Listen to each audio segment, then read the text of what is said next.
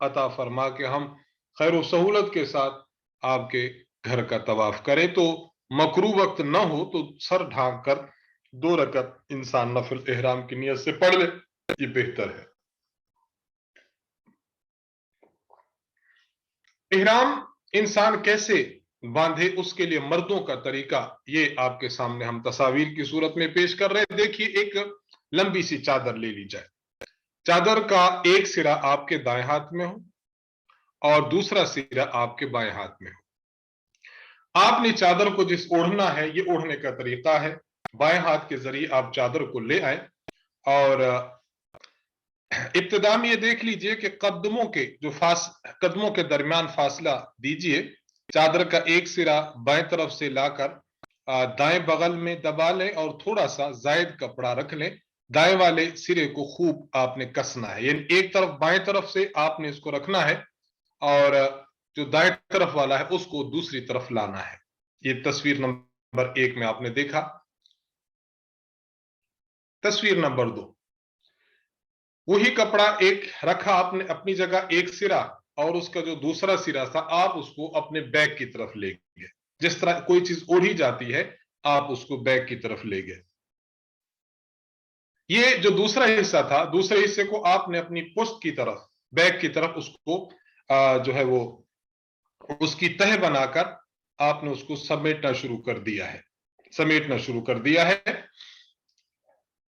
اس سے یہ بات واضح ہو گئی کہ جس طرح خواتین ساڑی پہنتی ہیں تو یہ اس طرح طرز کا ہے کہ ایک طرف سے آپ اس کو اپنے جسم پر گھماتے چلے جائیں۔ جب آپ نے ایک کونا اس چادر کا اپنے جسم کے اندر رکھ لیا اور دوسرا حصہ آپ نے اوڑھ کر اپنی کمر کے پیچھے تھوڑا سا کس لیا، اب یہ صورتحال ایسی ہے کہ جس میں آپ دیکھ رہے ہیں کہ آپ نے جس طرح، اس کو میں سمجھانے کے لیے اگر مثال دینا چاہوں تو جس طرح اناج کی بوری کو انسان پلٹنا شروع کر دیتا ہے تو تہمت کو بھی اس طرح پلٹتے آئے تو اس طرح تہمت مضبوطی کے ساتھ باندھ لیا جائے گا۔ یہ انتہائی مضبوطی کے ساتھ تہمت یوں باندھ لیں، یہ مضبوطی کے ساتھ تہمت باندھ لیا گیا۔ اس کے بعد آپ کے پاس جو دوسری چادر ہوگی، آپ نے دوسری چادر کو اپنے دونوں کندھوں پر رکھ لینا ہے۔ تو یہ طریقہ کار ہے مرد کے احرام باندھنے کا۔ اس طرح انسان احرام باندھ لے تو بہت ہی محفوظ طریقے سے وہ اپنے سفر وغیرہ جاری رکھ سکتا ہے۔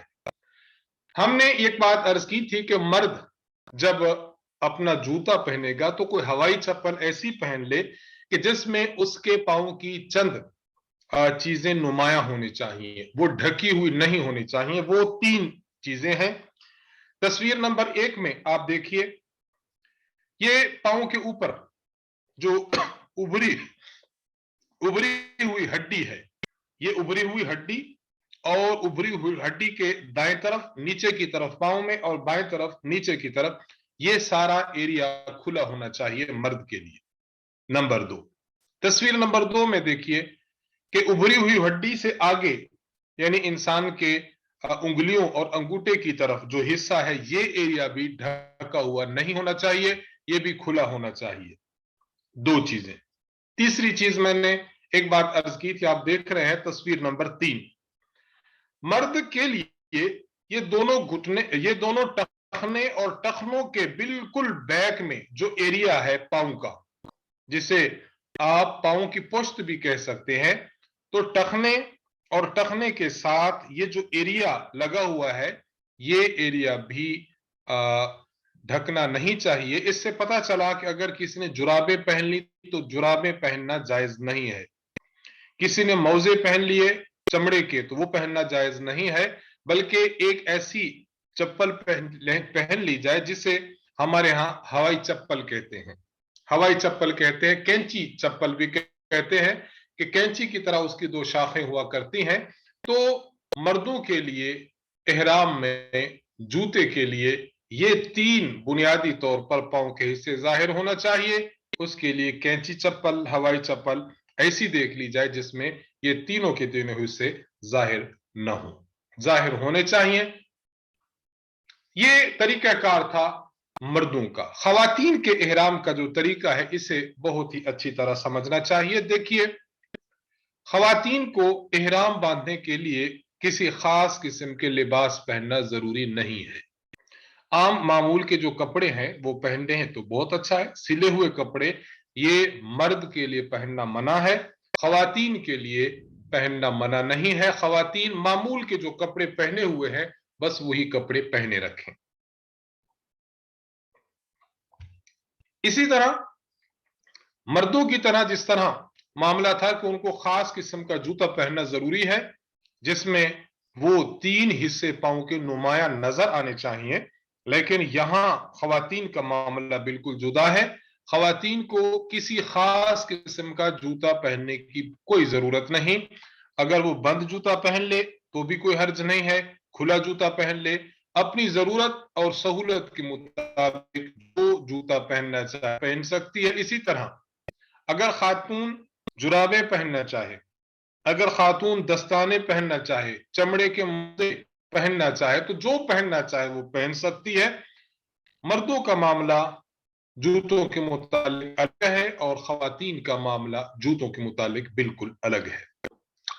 اسی طرح ایک بات یہ بھی ذہن میں رکھے، عورت جو احرام باندھے گی، احرام باندھتے ہوئے شرعی اصولوں کے مطابق اپنا جسم ڈھانپے گی، اپنا جسم ڈھانپے گی، اس کے لیے عبایا پہن لے، اچھا رواج والا برقع پہن لے، کوئی چیز ایسی پہن لے کہ جس سے پورا جسم اس کا ڈھک جانا چاہیے۔ ہاں البتہ ایک بات واضح رہے کہ عورت اپنے چہرے کا پردہ تو کرے گی لیکن اپنے چہرے کو اس طرح نہیں ڈھانپے گی کہ کپڑا اس کے چہرے کو لگے۔ آج کل مارکیٹ میں ایسے ٹوپیاں ملتی ہیں، حج ہیٹ ہے، عمرہ ہیٹ کے نام سے معروف ہیں، جہاں سے حاجی صاحبان اپنی ضرورت کی اشیاء خریدتے ہیں، وہاں پر یہ عام میسر ہے، عام مل جاتی ہے۔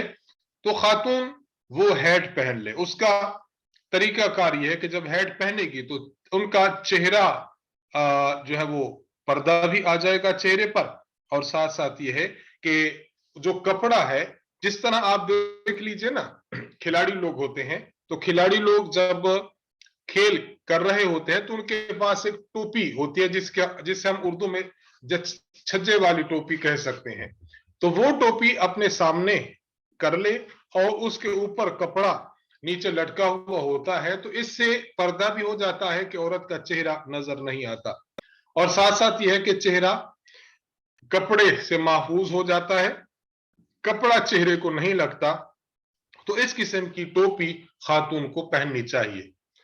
اگر کوئی خاتون جس طرح سکارف لیتی ہیں چہرہ نہیں ڈھانپتی تو حج اور عمرہ دونوں میں چہرہ نہ ڈھانپنا یہ گناہ ہے۔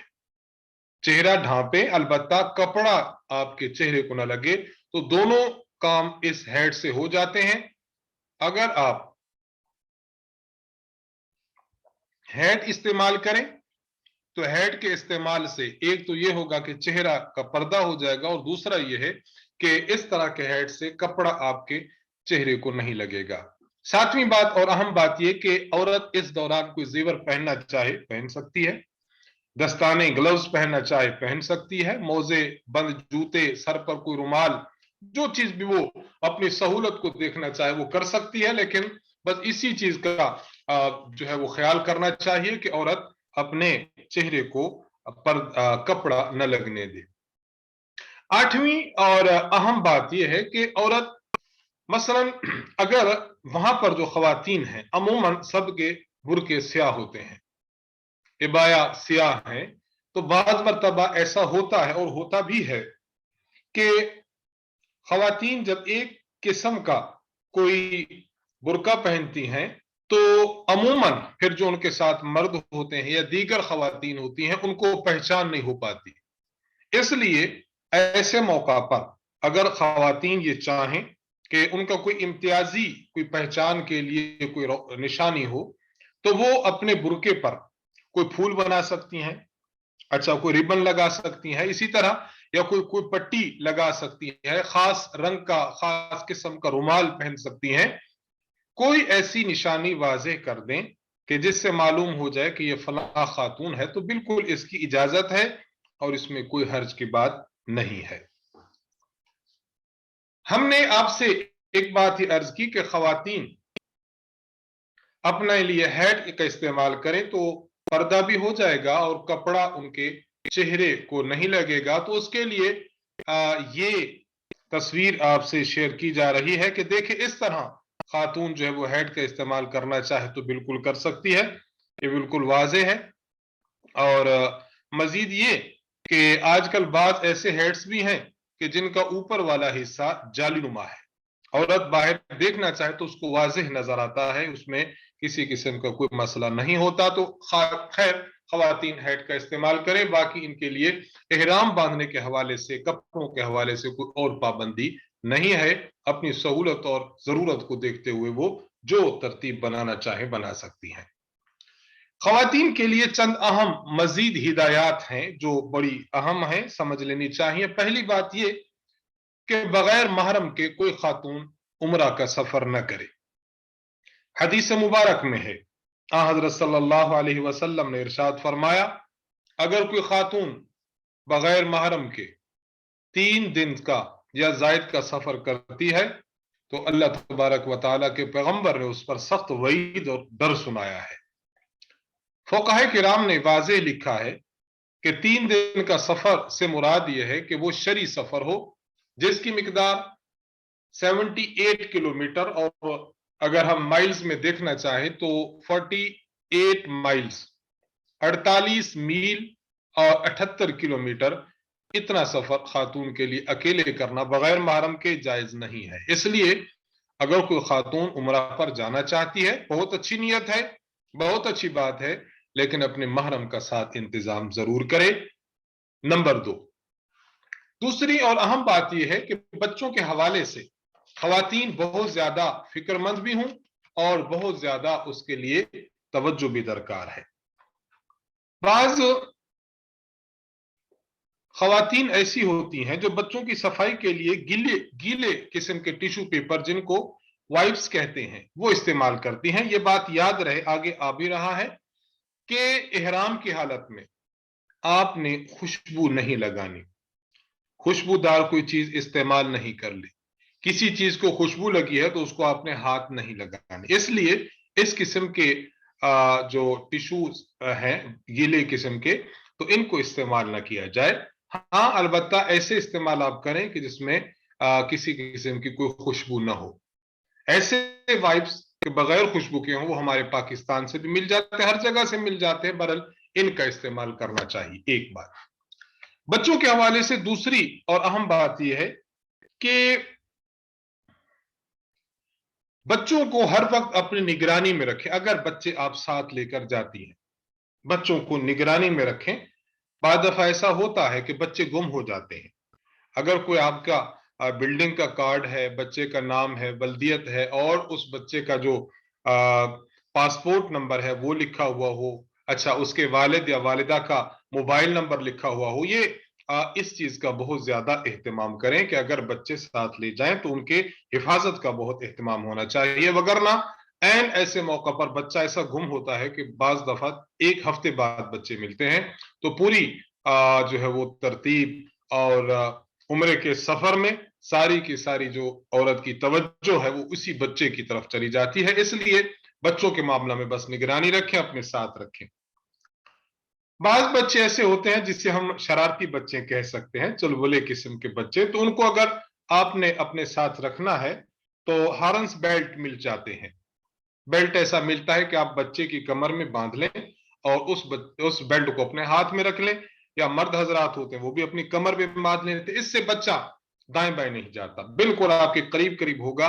اگر آپ نماز بھی پڑھتی رہیں تو بچہ آپ سے دور نہیں جائے گا. تو اس طرح سہولت اور عافیت کے ساتھ اپنے بچوں کو ضرور بے ضرور اگر ساتھ لے ہی جانا چاہتی ہیں تو ان کی حفاظت کے حوالے سے بہت اہم اقدام کرنے چاہیے.